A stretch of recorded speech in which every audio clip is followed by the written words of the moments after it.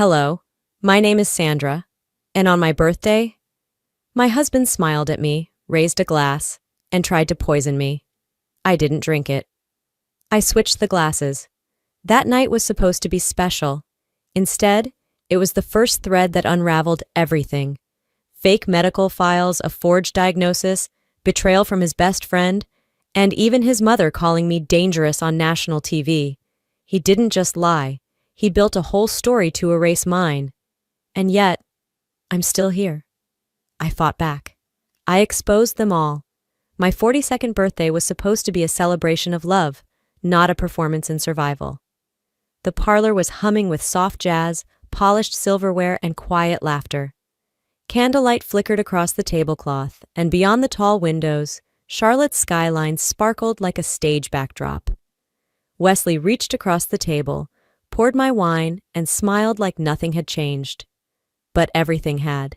He looked too polished tonight, his navy blazer, his Rolex, the way he said, "Happy birthday, sweetheart," with a grin that didn't reach his eyes. It used to. That smile once melted every doubt in me. Lately, it froze them. We clinked glasses. "To you, Sandra," he said. My fingers tightened around the stem. Something in his voice felt rehearsed, like he was playing a part he no longer enjoyed. As he raised his glass, I caught a strange flick of movement. Wesley had adjusted my glass before I sat down.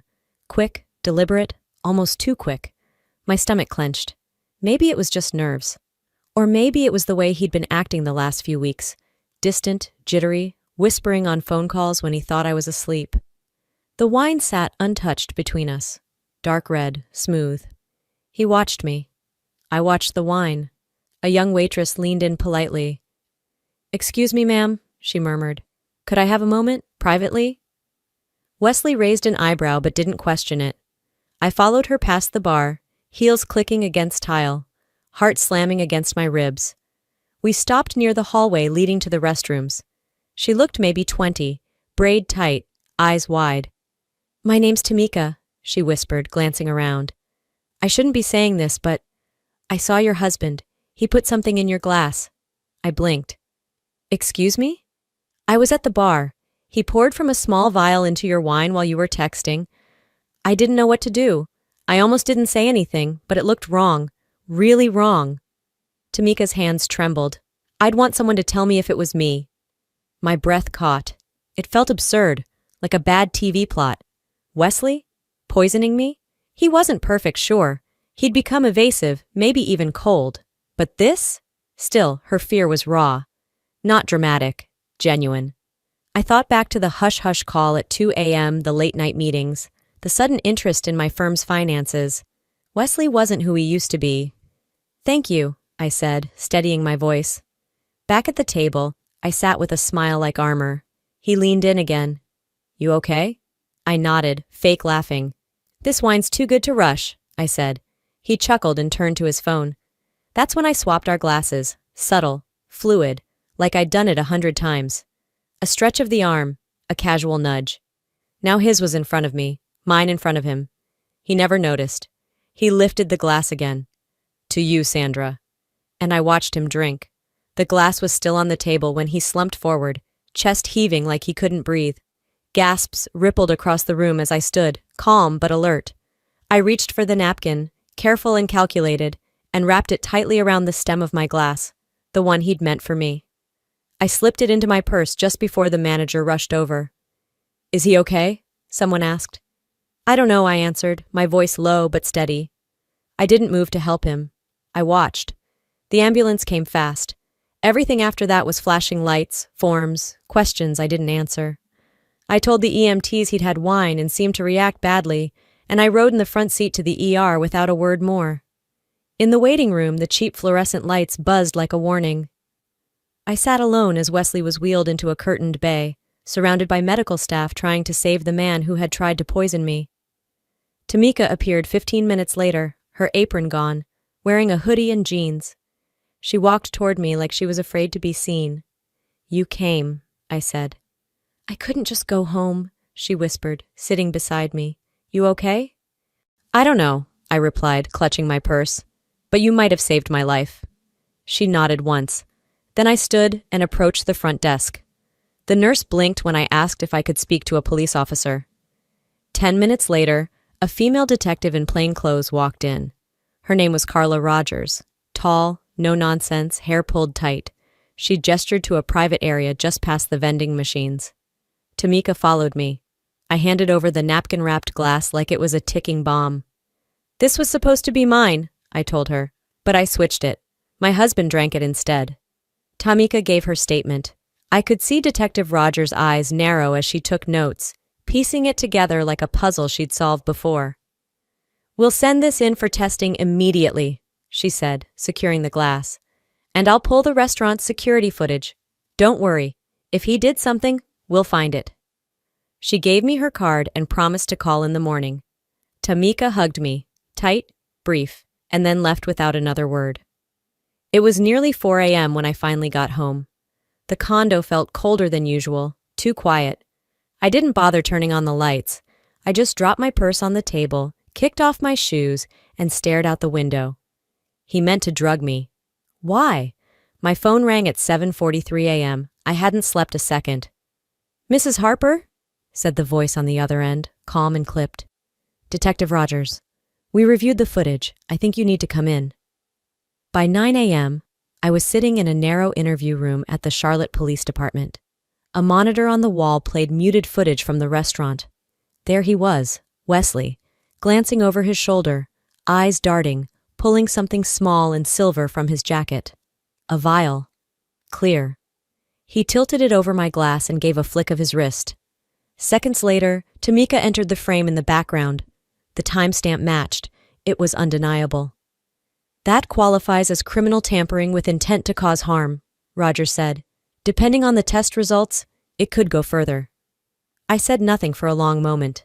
Then I asked, "Do you think this was the first time he's tried something like this?" Rogers gave me a look I couldn't read. "Do you?" That night at the condo, I didn't rest. I couldn't. Instead, I called Gloria Penn, my old friend, and more importantly, my attorney. "I need you," I said, "and not just for divorce." Gloria didn't ask questions. She just told me to come by her office the next morning. I hung up and stood in front of Wesley's desk. It had always been locked, but I knew where he kept the key. I opened the top drawer slowly. Inside was a red folder with my name on it. I pulled the folder out slowly, the weight of it unnatural in my hands. The red cover wasn't labeled in any way, just clean and ominous. I set it down on Wesley's desk, heart thrumming beneath my skin, then opened it. The first page hit like a slap. "Legal backups," it read. The second? "Cognitive assessment, Sandra Harper." There it was, my name, a bold header. Underneath, a letterhead I didn't recognize. Dr. William Tannard, board-certified psychiatrist. The words felt sticky, unreal. Preliminary diagnosis, early onset cognitive decline. I blinked.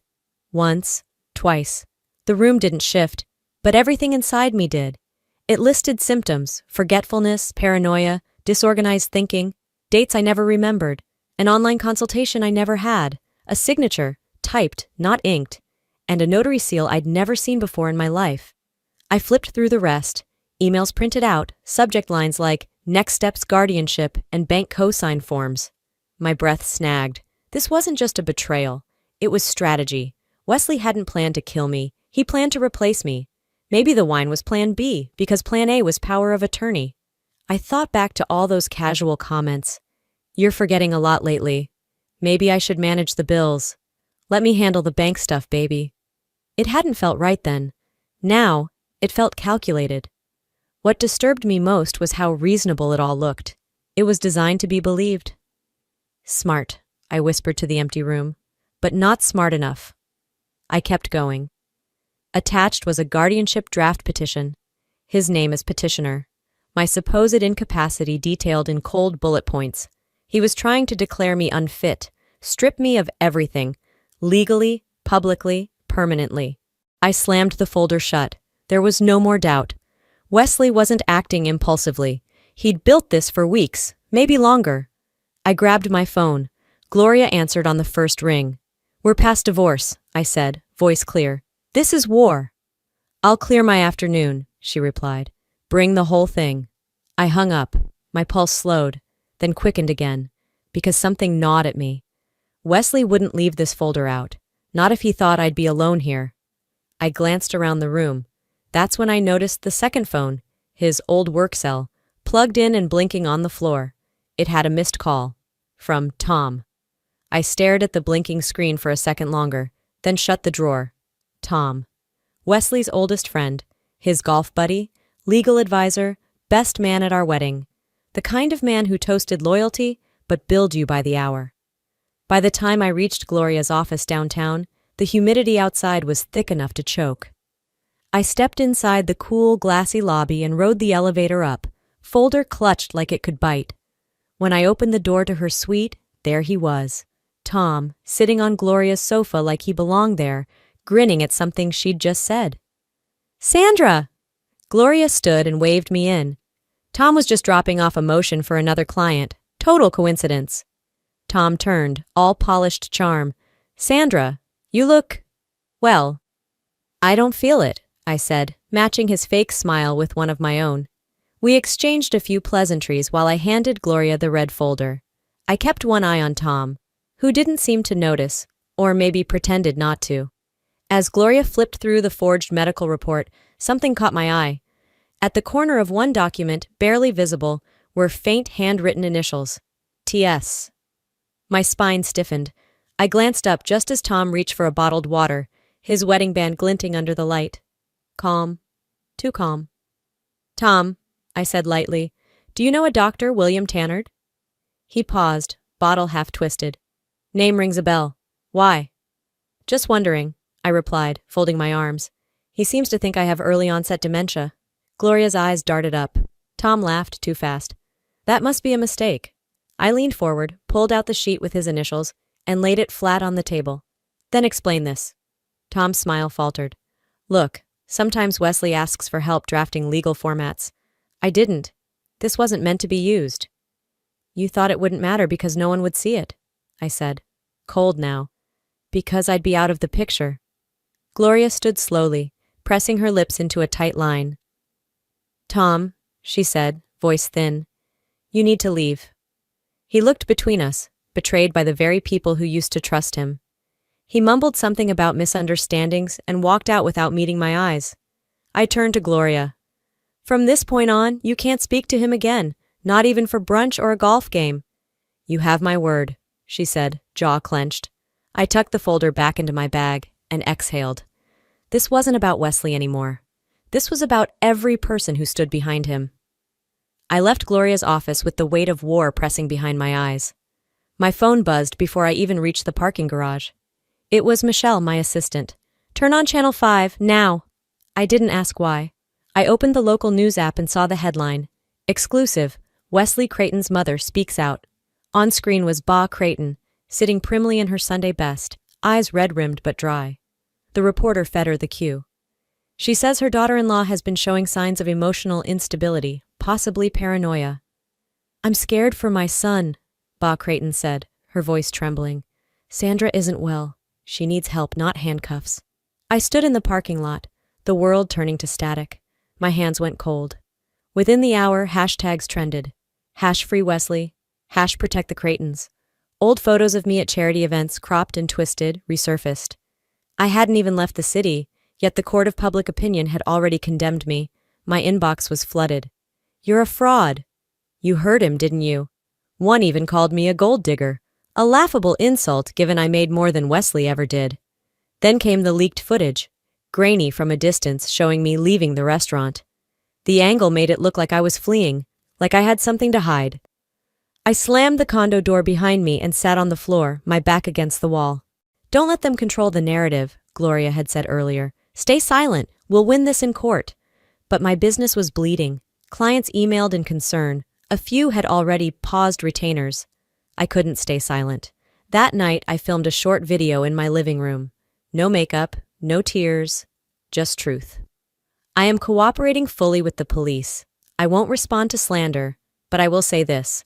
No one gets to rewrite my life while I'm still living it. The next morning, I sent Wesley's attorney a cease and desist. Attached was a message I knew would reach him. "If you push this further, I'll bring it all out. Your lies, your files, your friends. Choose carefully." The day after I released my video, my phone buzzed again. This time it was a voicemail. No caller ID. Miss Sandra, it's Tamika. Someone came by the diner. They asked if I was here legally. They said they had documents. I think I'm being watched. I froze. Wesley had decided if he couldn't discredit me directly, he'd poison the roots beneath me. Tamika was the only witness brave enough to step forward, and now he was trying to crush her too. I drove out to her apartment that afternoon. It was a modest building outside Charlotte, nothing fancy. I found her standing by the mailbox, arms crossed, chin high, but her eyes betrayed her fear. Inside, she showed me an envelope. No return address, no stamp, just her name, and inside, a photocopy of an ICE complaint form, blank, but threatening enough. They left this taped to my door, she said. I looked at her and said, "We can fight this. I'll hire you protection, a lawyer, whatever you need." She shook her head. "If I hide, I lose. He wins. And women like you keep losing too." I didn't know whether to hug her or cry, but I nodded. That night, Tamika went on camera, calm, clear, no tears. "I saw Mr. Creighton drop something into her drink," she said. "I watched him do it. I didn't know what it was, but I knew it wasn't right." The station released the interview at 10 p.m. sharp. By 10:07, the internet had a new hero. #believe Tamika. People started seeing through the noise. I saw comments shift. "She's brave. This changes everything." Even a few from Wesley's old supporters admitted they were wrong. By morning, Gloria had filed witness protection paperwork for Tamika, and I sent out a public statement. Tamika spoke when it mattered. We stand by her, and we won't back down. Wesley's team went silent. No new headlines, no more quotes from his lawyer, just stillness. But that night, as I poured myself tea, the phone rang again. It was Gloria. Her voice was tight. "They've moved the hearing up, 48 hours. The courthouse doors swung open with the weight of months behind them. The press lined the sidewalk, microphones raised, camera flashes echoing like gunshots. Gloria kept her hand steady on my elbow, but my legs moved on muscle memory. I wasn't scared, not anymore. Inside, the courtroom buzzed. Curious eyes, half-familiar faces from the news cycle. Then Wesley entered, flanked by his lawyer. Tom, so much for loyalty. Wesley looked thinner, his hair neater, suit sharper, a carefully curated mess designed to say, "I've been suffering too." It was classic Wesley, messaging over meaning. The hearing opened with procedural noise, but when Wesley took the stand, everything shifted. He cleared his throat. "Your Honor," he said, "I never wanted to hurt her. I loved Sandra. I still do." I clenched my jaw. He turned toward me, just slightly. She was my world. If I acted out of desperation, it was because I didn't know how to save us. Somewhere in the room, someone sighed. A juror wiped their eye. It was working. Then came the real hit. Tom produced a flash drive. On it? An alleged voicemail. My voice, trembling, broken, muttering threats of self-harm. I could barely breathe as it played. Except it wasn't me. Gloria stood so quickly her chair scraped back. "We object. That's a deepfake." The judge narrowed his eyes. Recess granted. The tech analyst brought in was clear. "This file has been AI altered, spliced, fabricated." Back in session, Wesley shifted uncomfortably, his act crumbling by the second. During recess, he caught me alone near the hallway window. "This doesn't have to be a war," he said softly. "Let's end this, together, you and me." I met his eyes without blinking. "The woman who would have fallen for that lie? She died the night you drugged me." I turned and walked back to the courtroom. We were almost done, but I wasn't done with him. The gavel hadn't fallen yet, but my words weighed heavier than any verdict. Just before the judge was about to speak, I rose. "Your Honor," I began. "Whatever your sentence, please understand, this is bigger than a marriage gone bad. It's about the way systems protect those who manipulate. It's about people like Tamika who risk everything to do the right thing. I ask not just for justice, but for a warning to anyone who thinks a courtroom is just another game board." The judge nodded, solemn. Then he read the verdict. Wesley, guilty on all counts, attempted poisoning, document forgery, obstruction of justice, 15 years, no parole. He didn't flinch. His jaw tightened, his eyes dull, like the performance had finally run dry. His mother, seated 3 rows behind, let out a whimper. Quiet, but it echoed. Outside, cameras flared again. This time, they caught not just the fall of a man, but the rise of a survivor. 3 days later, I stood behind a podium, beside Tamika, launching Glass Unbroken. The name said it all. This organization will fight for women pushed to silence, I announced. For every Tamika who was told to look away. For every Sandra who almost didn't make it.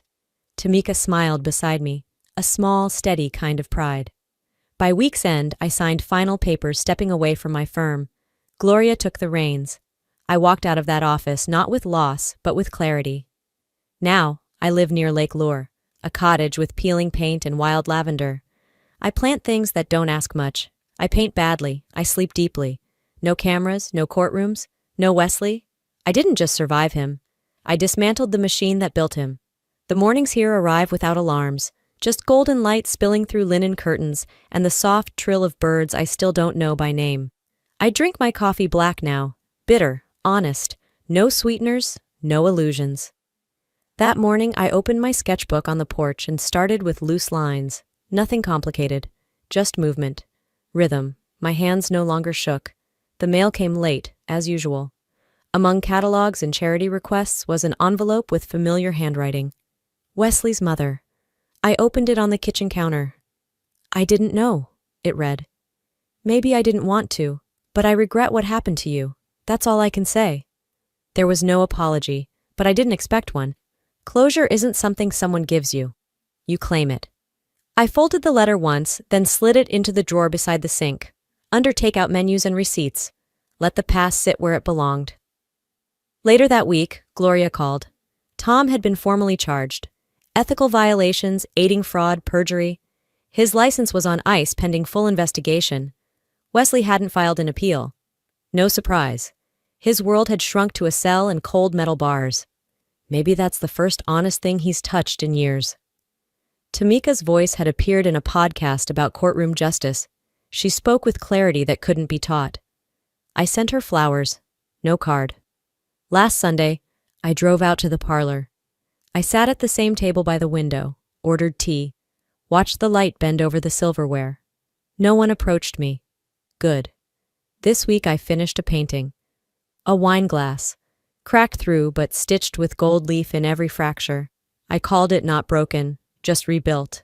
I wrapped it carefully, added a short note, and mailed it to the courthouse. For the next woman who stands here, because scars shouldn't be hidden, they should shine. As I sit here with paint-stained fingers and silence I no longer fear, I realize something. Healing doesn't ask for perfection. It asks for truth. If my story reminds you of your own, if you've ever doubted your worth because someone tried to rewrite your reality, hear me now. You are not broken. You are becoming. Sometimes justice doesn't roar. Sometimes it whispers, you made it. I learned that strength isn't loud. It's choosing peace when rage is easier. It's walking away when staying would be self-betrayal. And it's loving yourself so fiercely that no one else's version of you stands a chance. Now I want to ask you something. Have you ever ignored your instincts to keep the peace? Do you believe people can change? Or do we just get better at hiding who we are? Let me know in the comments. I read everyone. If this story moved you, made you think, cry, or breathe deeper, drop a 1 in the comments. Tell me where you're watching from, or if it didn't hit you at all, tell me why. I welcome every voice here. And if you want more stories that challenge, heal, and connect, subscribe to this channel. We're just getting started. See you in the next chapter.